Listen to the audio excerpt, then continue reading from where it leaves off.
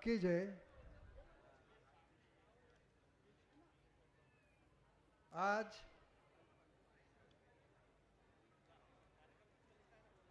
हम लोगों ने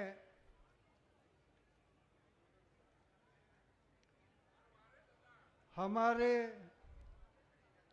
रसोई करने के लिए आए थे, वो एक साथी को गंवाया है।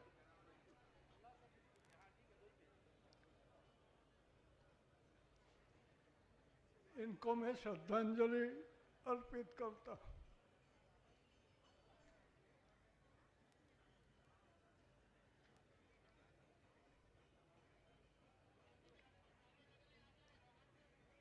ऐसे कई साथी हैं हमारे जो काम करते करते शहीद हो गए। सबको नमन करता हूँ।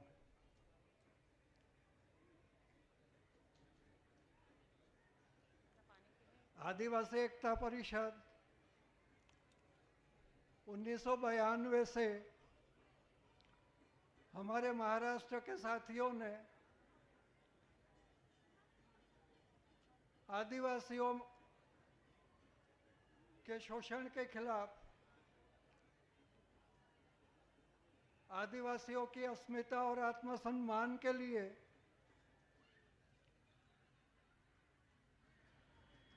समाज में हर किस्म के हो रहे भेदभाव को निर्मूलन करने के लिए और आदिवासी समाज में से हर क्षेत्र का उन्नत नेतृत्व खड़ा हो, इसके लिए स्थापना की थी। 1992 में रियो डी जानेरो, ब्राजील में पृथ्वी परिषद हुई और वो पृथ्वी परिषद में भारत की ओर से और यूनाइटेड नेशंस में जो अलग अलग देश के 68 देश के 400 प्रतिनिधि आए थे, उनके सम्मेलन के फैसिलिटेशन के लिए, संचालन और प्रबंधन के लिए मुझे आमंत्रित किया गया। वैसे तो वो पृथ्वी परिषद पृथ्वी को बचाने के लिए की गई थी, लेकिन यूनो के सामने एक दूसरा भी प्रस्ताव था कि कोलंबस ने 1492 में अमेरिका खंड का शोध किया, इसका सेलिब्रेशन किया जाए। लेकिन वहाँ के पूरे अमेरिका के आदिवासियों ने उसका विरोध किया कि जब आप लोग आए थे तब हमारी जनसंख्या करोड़ों में थी। आज अमेरिका में 18,000 लोग आदिवासी बचे हैं और कनाडा में 2 करोड़ लोग थे, इसमें से 20 लाख लोग बचे हैं, और आप इसका सेलिब्रेशन करना चाहते हो। तो वहाँ के आदिवासियों ने प्रोटेस्ट किया और फिर उन्होंने सोचा कि इसके समाधान के लिए हम लोग आदिवासियों का भी कॉन्फ्रेंस करते हैं, और इसके तहत आदिवासियों का कॉन्फ्रेंस किया गया और पृथ्वी को बचाने के लिए थीम तय किया गया। तो इसके तहत 92 में प्रकृति के बचाव के साथ, पृथ्वी के बचाव के साथ ये सोचा गया कि प्रकृति में आदिवासी सम्मिलित है, आदिवासी ही प्रकृति है, उनका जीवन ही प्रकृति को बचा सकता है, उनके जो जीवन मूल्य है, जीवन दर्शन है, वो ही प्रकृति को बचा सकता है। और ये जो मूल्य है, ये जो दर्शन है, इसका प्रचार प्रसार होना चाहिए। और इसके लिए 1993 के वर्ष को यूनाइटेड नेशंस ने आदिवासी वर्ष घोषित किया। 1994 से आदिवासी दशक घोषित किया और 1995 में आदिवासी वर्ष 9 अगस्त, आदिवासी दिन 9 अगस्त को घोषित किया। दूसरी भी चीज थी। वो चीज ये है कि इतिहास हो, कला हो, ज्ञान हो, संस्कृति हो, जो भी हो, दुनिया की जो सब व्यवस्थाएं हैं, राजनैतिक व्यवस्था हो, धार्मिक व्यवस्था हो, सामाजिक व्यवस्था हो, आर्थिक व्यवस्था हो, ये पूरी व्यवस्थाओं के जो मूल है वो आदिवासी संस्कृति में है। तो we are the roots of the all civilisations. हम हर सिविलाइजेशन के मूल है। इसलिए थोड़ा थोड़ा लक्षण हर लोगों में है। हमारा जो इंडिजिनिटी जिसको कहते हैं, जिसको आप आदिवासित्व कहते हैं, तो ये जो चीज है, ये चीज आदिवासियों में है। तो इस धरती के जो समस्याएं खड़ी हुई है, जो बर्ट्रांड रसेल ने 3 चीजें कही थी, इसका क्लासिफिकेशन करा था। उन्होंने कहा था कि जो हमारी समस्या है वो 3 तरीके की है। एक तो मैन विथ हिमसेल्फ, अपने खुद के साथ की समस्या। दूसरी जो समस्या है वो मैन विथ फेलो मैन, हमारे साथ वाले लोगों के साथ की हमारी समस्या है। और तीसरी जो समस्या है वो मैन विथ नेचर। तो यूनाइटेड नेशंस में हमने कहा, उन्होंने पूछा कि आदिवासियों को क्या चाहिए, तो मैंने कहा कि बर्ट्रांड रसेल ने जो ये क्लासिफिकेशन किया है, वो जब हमारी आदिम सभ्यता थी तब ये तीनों समस्या हमारी नहीं थी, क्योंकि हम लोग इसको एडजस्ट करके चलते थे। हम प्रकृति जिसको, अब प्रकृति को नियंत्रण में लेना चाहते, हम नियंत्रण में लेने की कोशिश नहीं की, हम लोगों ने उसकी पूजा करने की कोशिश की। प्रकृति का जो नियम है वो अहिंसा का नियम है। शेर भी बच्चों को पैदा करते हैं, बड़े करते हैं, खा नहीं जाते हैं। शेर भी सबको मारते फिरते नहीं है। इसलिए प्रकृति का जो उद्भव है वो प्रेम है, वो प्यार है, वो स्नेह है, और उसकी जो सुरक्षा है वो अहिंसा है। इसलिए non violence and the love is the basic value of the indigenous society. आदिवासियों का जो बेसिक मूल्य है वो प्रेम और अहिंसा में भरा हुआ है। और जो भी दुनिया के दार्शनिक हुए, वो दार्शनिकों ने इसमें से सीखा है, इसमें से ही दर्शन के रूप में हम लोगों को दिया है। तो साथियों, हम वहाँ से आए, हमारे ये जो सब साथी थे, हम सब मिले, हम पहले भी मिलते रहते थे। तो आदिवासी एकता परिषद को एक व्यापक स्वरूप देने का हम लोगों ने तय किया। इसमें से हमारे कई साथी आज हमारे साथ नहीं है, जिसको आज नाम लिया गया, लेकिन आपके सामने बहुत बड़ी हमारे सामने चुनौती है। ये होड़ हम लोग करेंगे, कंपटीशन करेंगे, तो हम लोग बट जाएंगे, और हम लोग बट जाएंगे तो अच्छा ही बट जाएंगे, इंसान बट जाएंगे ऐसा नहीं है। दुनिया में विनाश होगा, दुनिया में हिंसा फैलेगी, दुनिया में युद्ध होगा, क्योंकि अगर हमारी महत्वाकांक्षा बड़ी होती है तो फिर हमको ज़्यादा विस्तार चाहिए, ज़्यादा इनकम चाहिए। इसलिए दुनिया में राज्य की स्थापना हुई, राज्य का विस्तार होता रहा, इसलिए शस्त्र का विकास हुआ, इसलिए कानून का विकास हुआ, शास्त्र से नियंत्रित करने का हुआ। और आखिर में जो गोसा जी कहते थे, गोसा जी, लड़ाई हमारी वो भी है। टॉल्स्टॉय ने कहा है, चौथी जो गुलामी हम लोगों को की गई वो पैसों से गुलाम किए गए। टॉल्स्टॉय ने ये 4 गुलामी कही है कि एक तो धन से हम लोगों को गुलाम किए गए, जमीन का कब्जा थोड़ा लोगों ने ले लिया, राज्य ने जमीन का कब्जा ले लिया, राज्य ने जंगल का कब्जा ले लिया, और राज्य फिर जिसको चाहे उसको दे रहा है। जिसको जिंदा रहना है उसको नहीं मिल रहा है, लेकिन जिसमें से इनकम हो सके इसको दे रहा है, क्योंकि राज्य को भी टिकने के लिए इनकम चाहिए। इसलिए हमारे कई युवा साथियों को ऐसा लगता है कि हम राज्य में चले जाएंगे तो बहुत बड़ा बदलाव कर देंगे, लेकिन आप लोग तो तनख्वाह लेके ही काम करोगे ना। सब लोग राज्य को चलाने के लिए खर्च होता है, और इसलिए गांधी से लेकर जिन जिन लोगों ने, दार्शनिकों ने राज्य के बारे में चिंतन किया, उन लोगों ने सोचा कि राज्य ऐसा होना चाहिए, हमारे प्रतिनिधि ऐसा होने चाहिए कि जो प्रजा के पास से कम ले।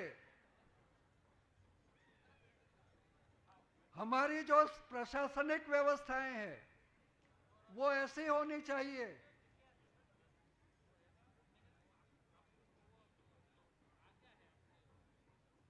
कि कम से कम खर्च से वो चले। तो साथियों, इसलिए आदिवासी एकता परिषद, मैंने पहले ही कहा वैसे, जो नेतृत्व निर्माण की अपेक्षा करता है वो हमारे समाज में से ऐसा नेतृत्व पैदा हो कि जो देश और दुनिया का नेतृत्व कर सके। और मुझे विश्वास है कि वो आदिवासी ही कर सकेगा। हम लोग बहुत बिगड़े हुए नहीं हैं अभी, हम जंगल में से अभी अभी बाहर आए हैं। हमने कोई बड़ा उद्योग नहीं डाला है। हमारे कई साथी कहते हैं कि हम उद्योग डालेंगे, ये करेंगे, वो करेंगे। क्या करेंगे? आप भी झाड़ काटेंगे, पेड़ काटेंगे, आप भी क्या करोगे? वहां ही खनिज संपदा है।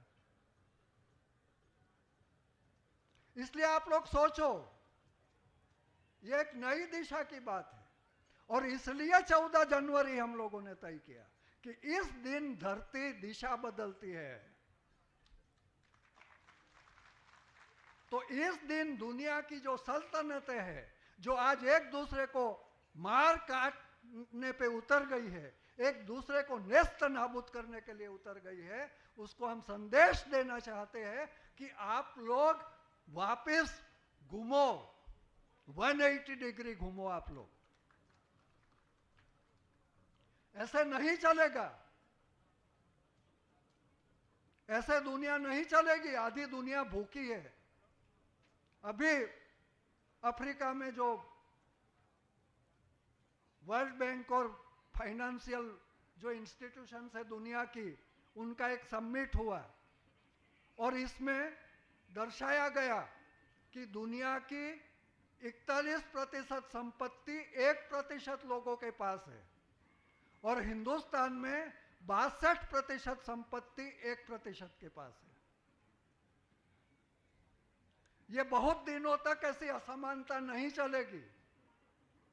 हम आप लोगों को विनंती करते हैं कि ये जवा लोग जो है वो बहुत देर तक आप लोगों की राह नहीं देखेंगे।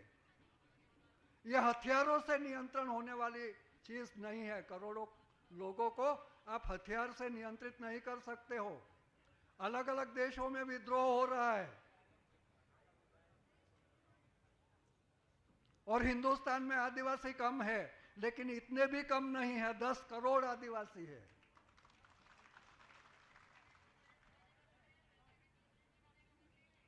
इसलिए नेस्त नाबूद करने की, छत्तीसगढ़ में आप 644 गांव जला देते हो, जैसे श्रीलंका जलाई थी, वही दिशा तरफ आप लोग जा रहे हो।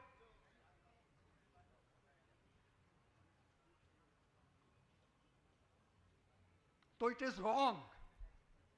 इसलिए हमारे पुरखों ने आजादी की लड़ाई नहीं लड़ी थी।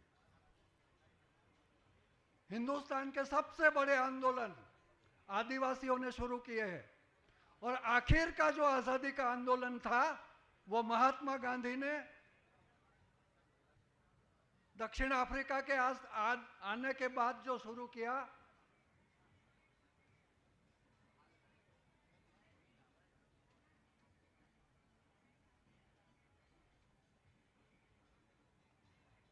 प्लीज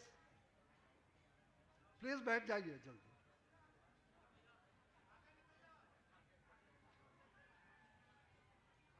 दक्षिण अफ्रीका से आए महात्मा गांधी, वो पोरबंदर के थे।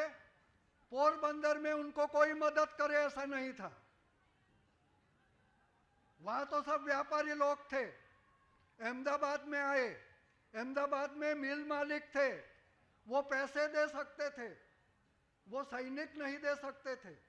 तो हमारे पुरखों ने 1903 से आदिवासी संगठन बनाया था, काली परज परिषद करके।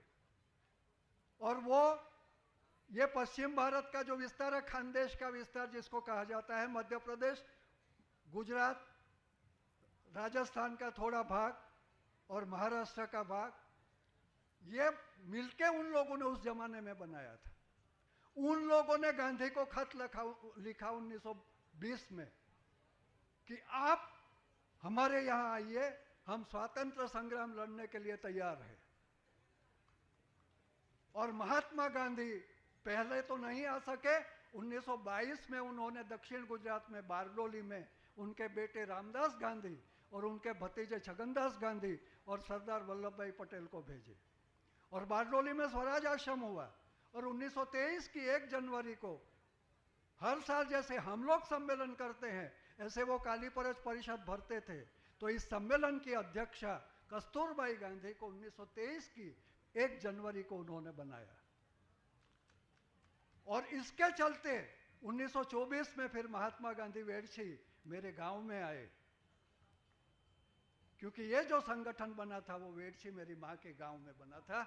मेरी माँ के नाना ने उसको होस्ट किया था। तो ये जो आंदोलन फिर हुआ, तो 1928 का जो नाकर की लड़ाई हुई, वो बारडोली सत्याग्रह हमारे यहाँ हुआ, हजारों आदिवासी शरीक हुए। 1930 की जो दांडी कूच हुई, वो हमारे यहाँ हुई। ऐसे सर्कल्स आदिवासियों ने बना दिए। 80 स्वयंसेवकों को लेके, पदयात्रियों को लेके गांधी निकले थे, लेकिन ऐसे हजारों लोगों के एनसर्कल बना के गांधी की सुरक्षा आदिवासियों ने उस जमाने में की।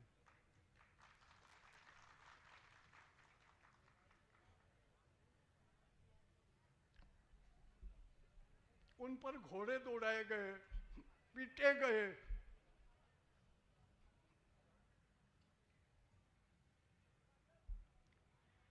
और आज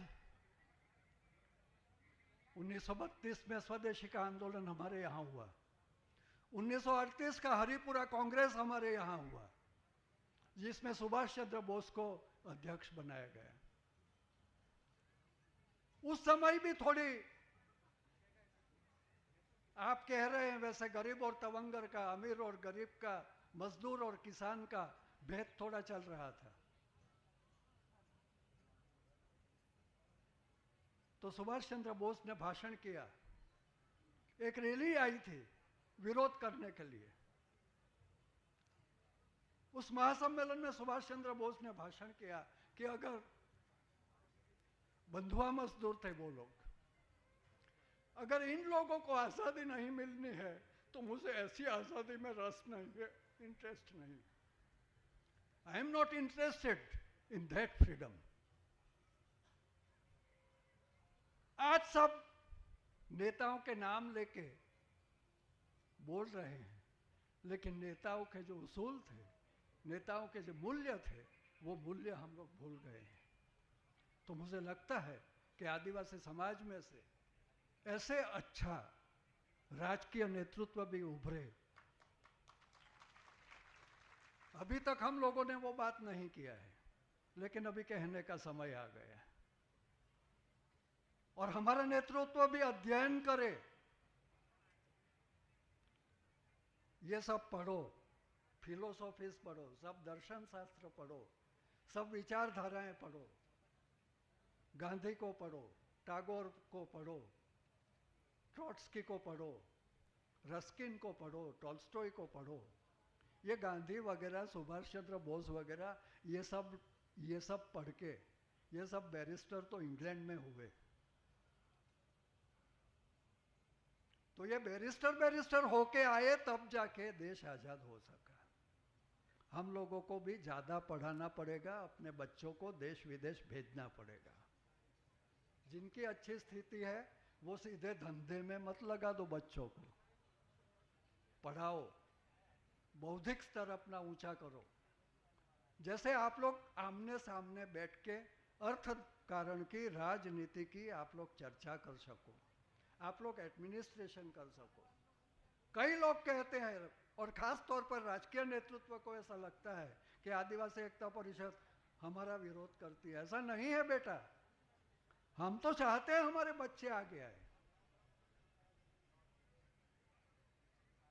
लेकिन उन लोगों ने जो भूल किया है वो ही भूल अगर आप लोग रिपीट करने वाले हो, ऐसा नेतृत्व अगर आप लोग दे रहे हैं, तो ऐसे नेतृत्व का तो ट्रांसफर ऑफ पावर होगा, ट्रांसफॉर्मेशन ऑफ पावर नहीं होगा। समाज में कोई बदलाव नहीं होगा। आपके पास थोड़े पैसे आ जाएंगे, आपके पास थोड़ी सत्ता आ जाएगी, समाज हाशिए पे चला जाएगा, समाज गरीब हो जाएगा।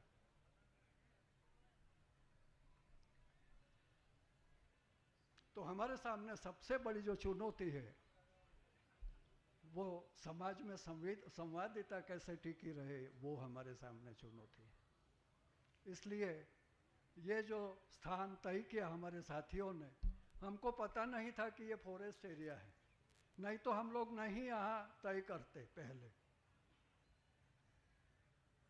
हम तो जंगल को बचाने वाले लोग हैं, जंगल काटने वाले लोग नहीं हैं। लेकिन हमारी रोटी सेकने के लिए भी अगर आप लकड़े नहीं दे सकते हो तो आप कौन सा राज्य चला रहे हैं?